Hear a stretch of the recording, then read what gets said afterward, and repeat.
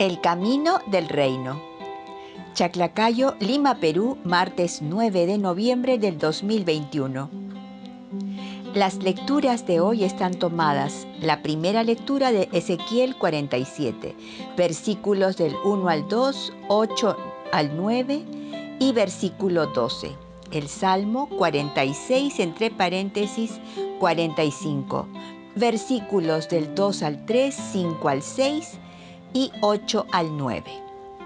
El Evangelio, la segunda lectura está tomada de la primera carta a los Corintios, capítulo 3, versículos del 9c al 11 y 16 al 17. El Evangelio está tomado de Juan, capítulo 2, versículos del 13 al 22. El tema de hoy: somos templos de Dios.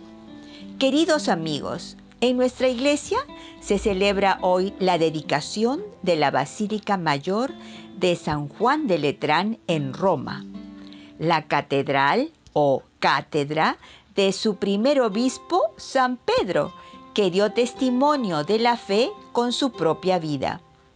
Fue propiamente la primera iglesia cristiana tras el Edicto de Milán, en que se autorizó por el Imperio de Roma el culto público cristiano.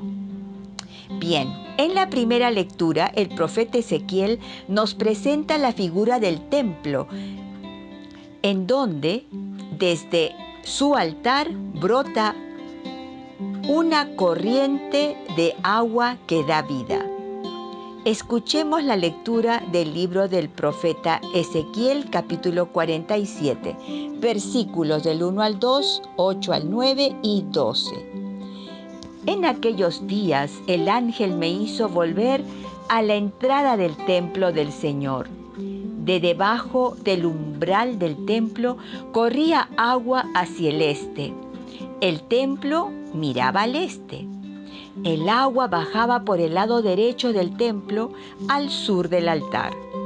Me hizo salir por el pórtico septentrional y me llevó por fuera hasta el pórtico exterior que mira al este. El agua corría por el lado derecho. Me dijo: estas aguas fluyen hacia la zona oriental, descienden hacia la estepa y desembocan en el mar de la sal. Cuando hayan entrado en él, sus aguas serán saneadas. Todo ser viviente que se agita allí donde desemboque la corriente tendrá vida y habrá peces en abundancia, porque apenas estas aguas hayan llegado hasta allí, habrán saneado el mar y habrá vida allí donde llegue el torrente. En ambas riberas del torrente crecerá toda clase de árboles frutales. No se marchitarán sus hojas ni se acabarán sus frutos. Darán nuevos frutos cada mes, porque las aguas del torrente fluyen del santuario. Su fruto será comestible y sus hojas medicinales. Palabra de Dios. Te alabamos, Señor. ¡Qué linda lectura! La figura del templo en Ezequiel se encuentra paralela a la profecía del libro segundo de Zacarías, escrito a fines del siglo IV o primeros años del siglo III a.C., en donde Zacarías anuncia el establecimiento definitivo del reino de Dios. Entonces de Jerusalén brotarán aguas vivas, reminiscencia de Jesús en Juan 7:38, que quien cree en él, de lo más profundo brotarán ríos de agua viva. El agua del templo en Ezequiel llega hasta el mar de la sal y sanea todas sus aguas, y en él podrán habitar todo ser con vida y una abundancia de peces. Esto me hace recordar Apocalipsis 22, 1 al 2, cuando dice que habrán árboles frutales que crecerán al costado del torrente y darán fruto cada mes, y sus hojas serán medicinales. Pero en el Apocalipsis, Juan añade que el agua brotaba del trono de Dios y del Cordero, y había un árbol de vida que nos recuerda al huerto del Génesis 2:9. Este árbol de vida plantado a cada uno de los lados del río que brotaba del altar de Dios y del Cordero. Y estos árboles de vida daban 12 cosechas al año, cuyas hojas servían de medicina a las naciones. Y entonces no habrá nada maldito. Ya me gustaría presentar al Perú, a nuestra nación Perú, y a cada una de las naciones de los que escuchan este comentario, para recibir la sanidad a través de las hojas de este árbol de vida. ¡Aleluya! Oremos ahora con el Salmo 46. El responsorial es: un río y sus canales alegran la ciudad de Dios. El Altísimo consagra su morada. Dios es nuestro refugio y nuestra fuerza, poderoso defensor en el peligro. Por eso no tememos, aunque tiemble la tierra y los montes se desplomen en el mar. Respondemos: un río y sus canales alegran la ciudad de Dios. El Altísimo consagra su morada. Un río y sus canales alegran la ciudad de Dios. El Altísimo consagra su morada. Teniendo a Dios en medio, no vacila. Dios la socorre al despuntar la aurora. El Señor del universo está con nosotros. Nuestro alcázar es el Dios de Jacob. Venid a ver las obras del Señor, las maravillas que hace en la tierra. Respondemos: un río y sus canales alegran la ciudad de Dios. El Altísimo consagra su morada. Segunda lectura.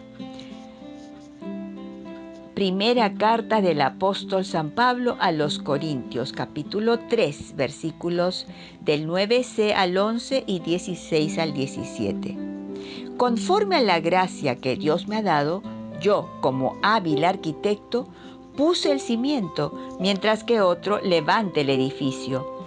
Mire cada cual cómo construye, pues nadie puede poner otro cimiento fuera del ya puesto, que es Jesucristo. ¿No sabéis que sois templos de Dios y que el Espíritu de Dios habita en vosotros? Si alguno destruye el templo de Dios, Dios lo destruirá a él, porque el templo de Dios es santo y ese templo sois vosotros.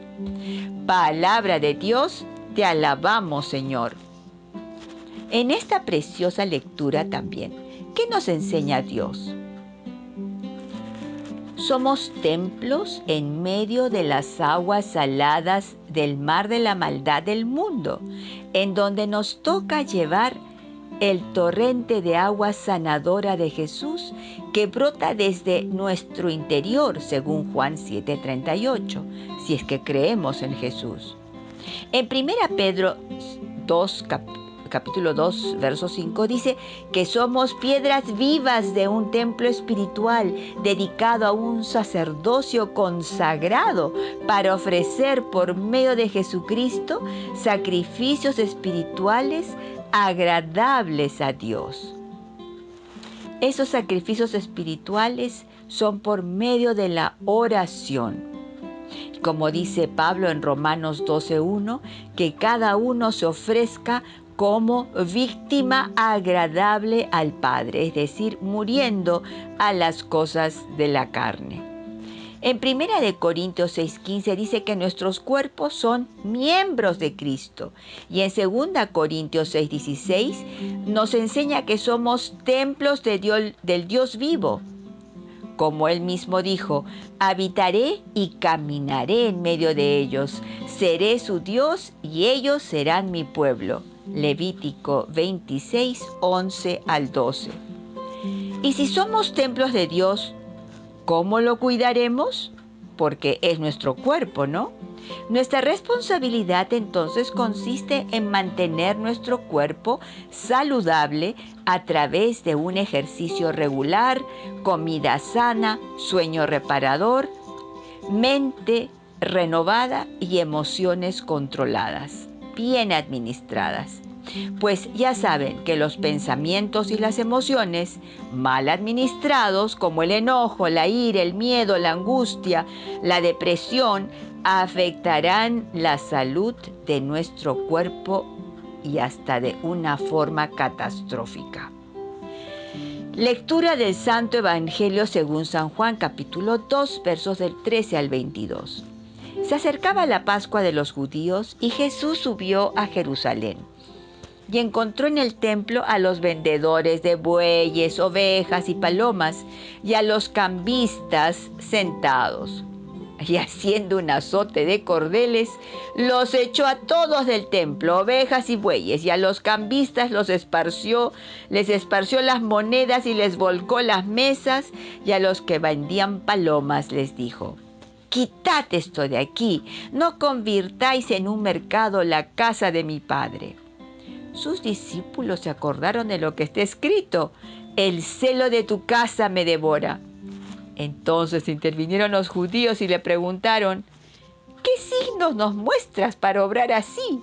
Jesús contestó: «Destruid este templo y en 3 días lo levantaré».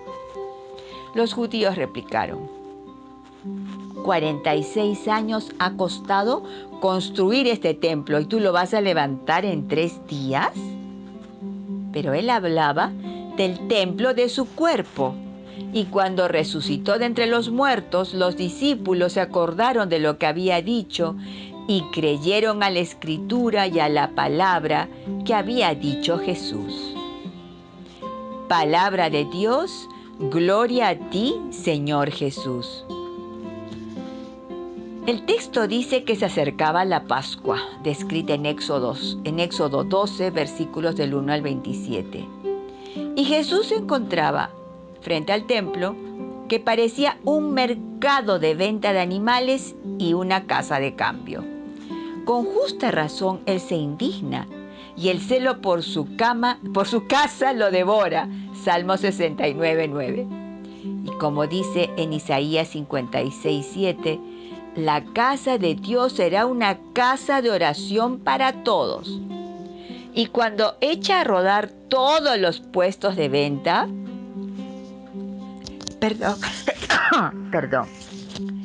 le preguntaron sus adversarios: ¿qué signos tiene para que obrar así?